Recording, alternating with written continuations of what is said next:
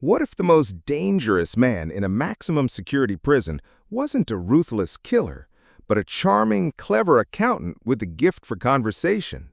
This is the story of Stephen Russell, the greatest escape artist you've never heard of. His story sounds like a Hollywood script, but it's utterly real. He was a man who found freedom not with brute force or elaborate tunnels, but with a well-timed phone call, a clever outfit, and the absolute nerve to pretend to be someone he wasn't, not just once, but 4 incredible times. He convinced judges he was a judge. He convinced guards he was a doctor. And in his most audacious performance, he convinced an entire prison system that he was dying just to walk out the front door a free man. So forget everything you know about prison breaks. This isn't about strength. It's about strategy. This isn't about violence. It's about sheer, unshakable confidence.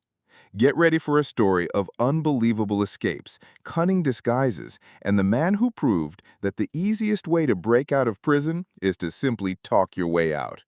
This is the unforgettable story of the gentleman escape artist. Subscribe, and let's begin. Let's rewind. Stephen Russell wasn't always a legendary escape artist. He was a regular accountant, living a normal life. But after being unfairly fired, something inside him snapped. He felt the system had failed him, so he decided to break it. He started with small-time insurance fraud, but soon got caught and landed in a Texas jail with a short sentence. For a man like Stephen, even a month behind bars was too long. He saw his confinement not as a punishment, but as a puzzle. While other inmates counted days, Stephen studied routines. He noticed the comings and goings of maintenance workers, how they wore civilian clothes, carried radios, and most importantly, how the guards barely looked at them before buzzing them through the doors. The system's weakness wasn't in its locks or bars. It was in its boredom. The guards were so accustomed to the routine that they stopped paying real attention. Stephen obtained civilian clothes and a radio through a connection. Then came the performance. Walking with purpose, talking into the radio, and mirroring the exact behavior of the workers he'd observed. When he approached that final door and gave a confident nod, the guard didn't see an inmate. They saw just another worker leaving for the day. The buzzer sounded, the door opened, and Stephen Russell walked out a free man. His first escape wasn't just about freedom. It was the moment he discovered his genius for finding the cracks in any system. But freedom was short-lived. While attempting an ambitious insurance scam in Florida, Stephen's luck ran out. The authorities caught up with him, and this time they weren't taking any chances. He was extradited back to Texas and landed in the notorious Harris County Jail, facing much more serious time. The walls were higher, the guards were tougher, and the locks were stronger. For most, this would have been the end of the story. But for Stephen Russell, it was just another level to beat. He knew he couldn't just repeat his previous performance. He needed a new character, a new role to play. His keen eyes soon landed on the perfect part, the court officials. He watched as lawyers, clerks, and even judges communicated with the prison bureaucracy, their words treated as commands. All it took was a phone call and the right tone of authority to make the machine jump. One day, from a prison phone, he made a call that would become legendary. He dialed the Harris County Records Office and, with the calm, bored tone of a man who did this every day, said, "This is Judge Charles Ham."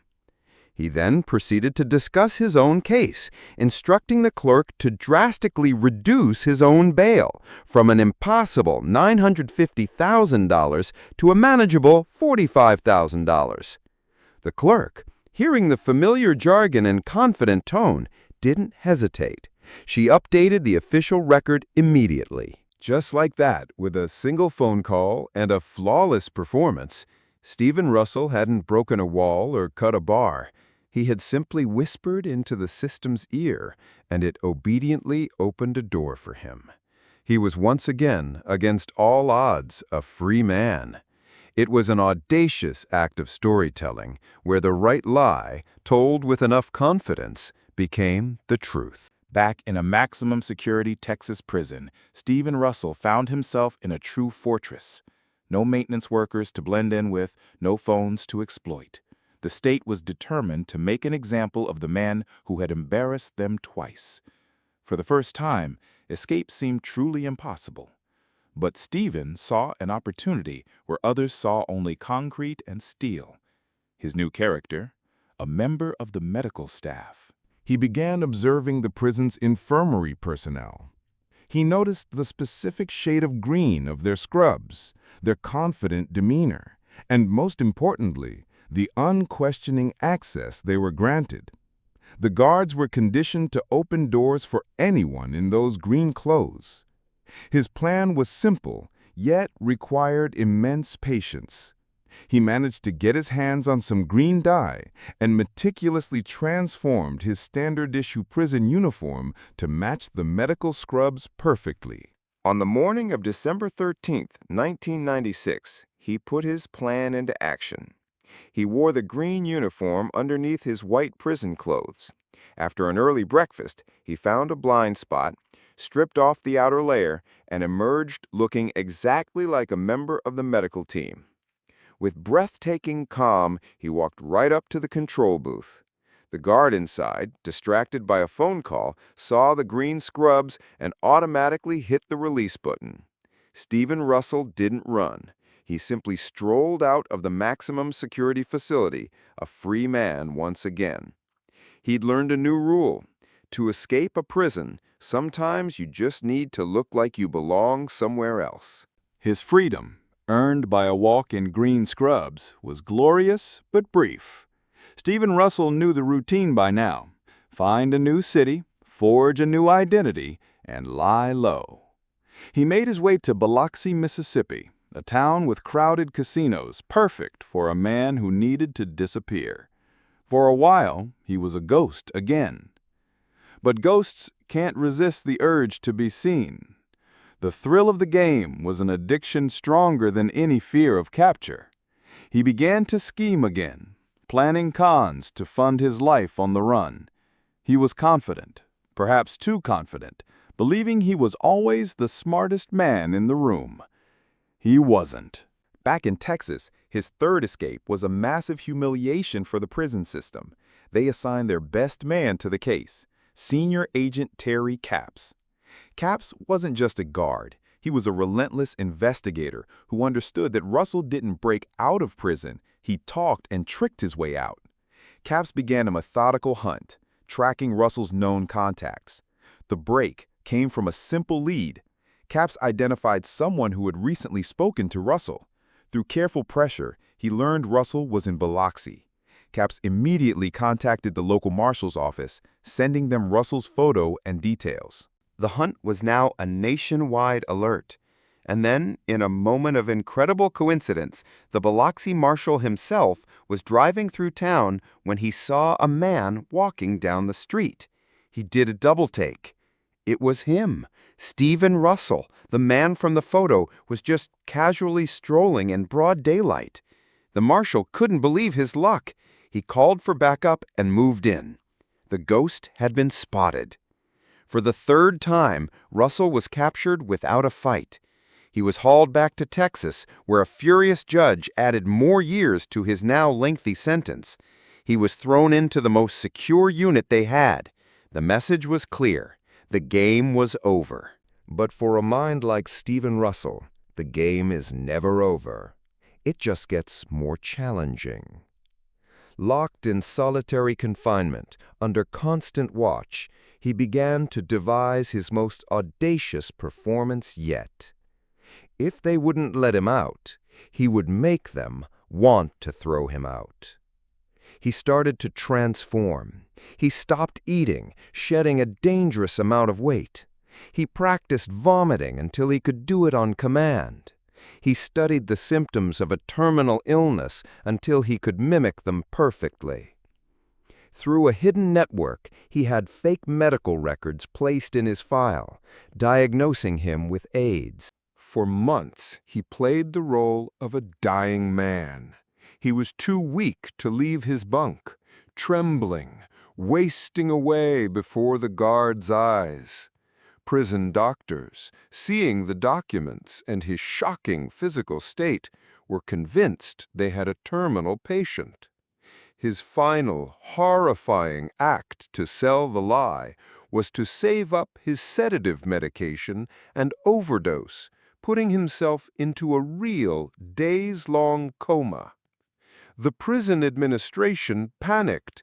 Letting an inmate die in their care was a scandal they couldn't afford. Seeing no other option, they granted him compassionate release, paroling the dying man to an outside hospice facility. The moment the doors closed behind him and he was free of the prison system, the dying man made a miraculous recovery. Stephen Russell had done it again.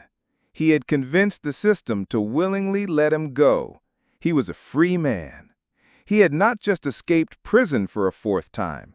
He had performed his greatest role, the invisible patient. But this kind of freedom is a ghost. It can't last. He made his way to Florida, finding refuge in the sun-drenched anonymity of the coast.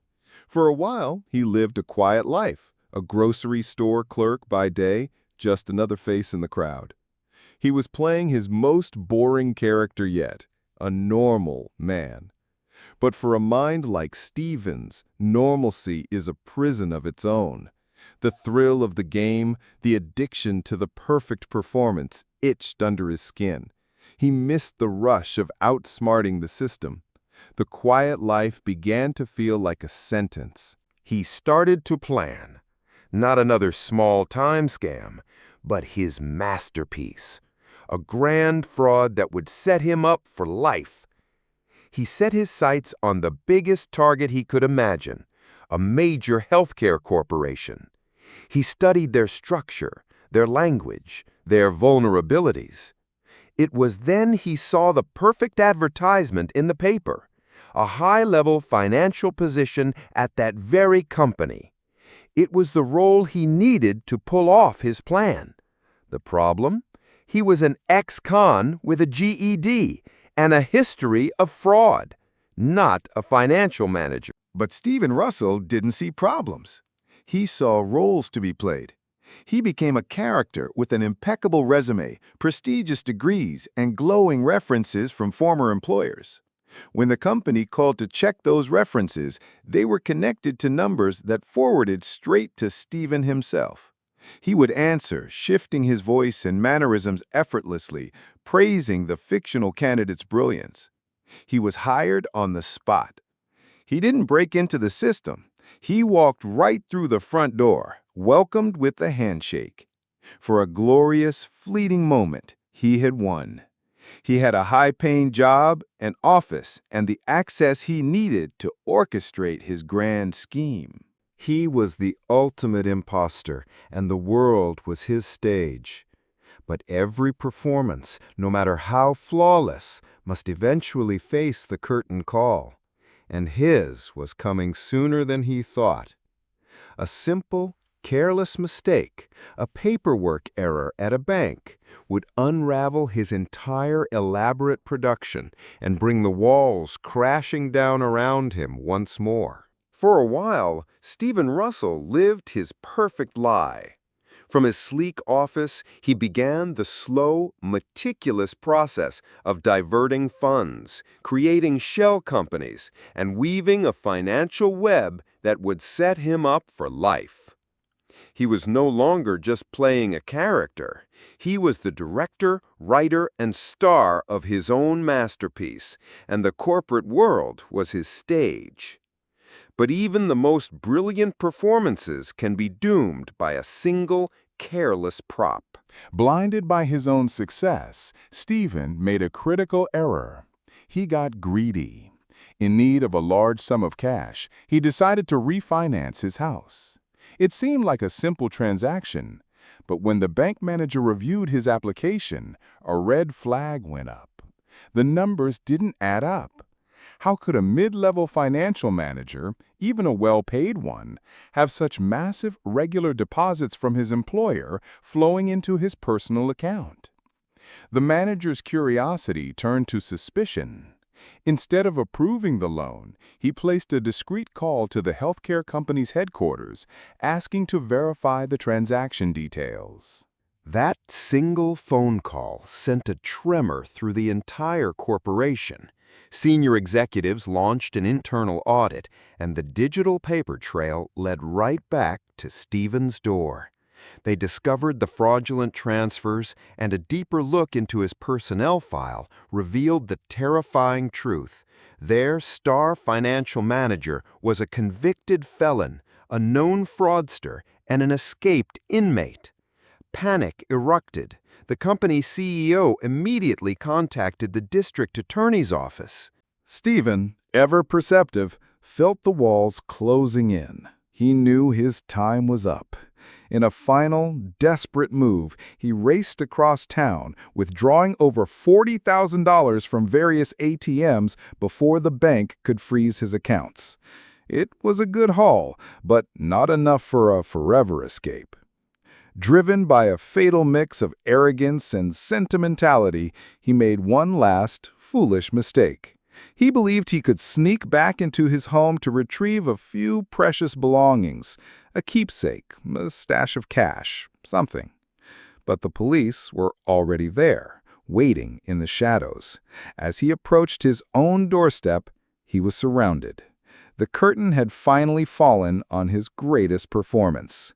The man who had talked his way into a fortune was led away in silence, his masterpiece of fraud left in ruins. The game was over. Or was it? Back in custody, Stephen Russell faced a new reality. He was no longer just an escape artist. He was a legend, and the Texas Department of Corrections was determined to make an example of him. This time, there would no country club jail. He was sent to the most maximum security prison in the state, a fortress designed to break the will of the most dangerous men in America. The rules were simple and brutal. 23 hours a day in a solitary cell, 1 hour of exercise in a concrete cage, no contact with other inmates, every movement monitored by cameras and armed guards. The system had finally responded to his genius, not with smarter protocols, but with sheer, overwhelming force. For the first time, Stephen was truly trapped. His sentence was staggering, 144 years. The judge made it clear. This was not just for the crimes, but for the arrogance, for the humiliation, for proving the system was foolish. There would be no parole. The man who valued freedom above all else would never taste it again. Yet, even here, his mind refused to surrender. He couldn't manipulate guards or hack computers anymore, but he found another outlet: the law library. He began studying legal texts, filing appeals, and representing himself in court with the same brilliance he once used to deceive it. He became a jailhouse lawyer, fighting not for escape, but for something perhaps more meaningful: a reduction of his cruel and unusual punishment. He never escaped again. Stephen Russell, the man who broke out of every cell he ever entered, remains in that same maximum security unit to this day.